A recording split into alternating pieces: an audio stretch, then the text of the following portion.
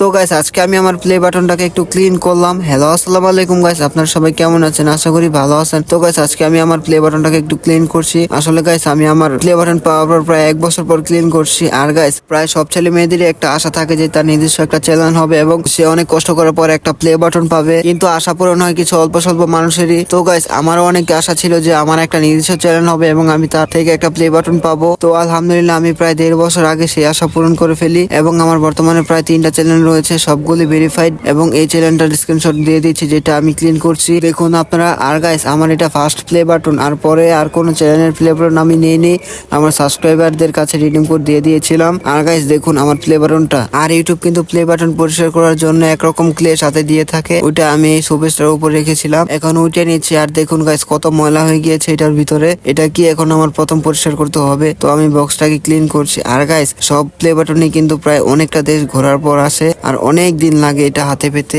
তো এটার ভিতরে কি কি আছে তাই আপনাদেরকে আমি প্রথম দেখাচ্ছি। তো গাইস প্রথমে এটা ছিল, তারপর আমার ফার্স্ট সোনার হরিণটাকে আমি হাতে নিলাম। গাইস এটা সোনার হরিণ বলার কারণ এটা না থাকলে আপনি কোনো কিছু করতে পারবেন না, আর এটা ইউটিউব দিয়ে থাকে যখন একটি চ্যানেলের মনিটাইজেশন হবে এবং তারপর $10 পূরণ হবে তখনই এই দিয়ে থাকে এটা। আর গাইস এটা আমি 3বার অ্যাপ্লাই করার পর পেয়েছিলাম। আসলে এটা প্রতিবারই ইউটিউব দেয়, কিন্তু কোনো না কোনো জায়গায় সেটা আটকে থাকে, তাই নির্দিষ্ট পোস্ট অফিসে আসে না। এই স্ক্রিনের ভিতরে যে পিনটা দেখতে পাচ্ছেন এই পিনটাই আসলে মূলত প্রধান, এই পিনটাই বসাতে হয়। পরে আমি এটা পাই, এই যে ইউটিউবের সিওর হাতে সাইন করা একটি লেটার এরকমই হবে। পরে এই যে ক্লিন করার এটা, এখন আমি আমার প্লে বাটনটাকে ক্লিন করব, দেখতে থাকুন আপনারা। আমার প্লে বাটনটাতে কত ময়লা জমে ছিল তা দেখেই বোঝা যাচ্ছিল, তো এখন কত সুন্দর লাগছে দেখুন। ক্লিন করা শেষ, এখন আমি এটা যেখানে ছিল সেখানেই রেখে দেব। এখন আমি আমার প্লে বাটনটাকে হাতে নিয়ে আপনাদেরকে দেখাচ্ছি, এখন আমি এটা তার যথাস্থানে রেখে দেব।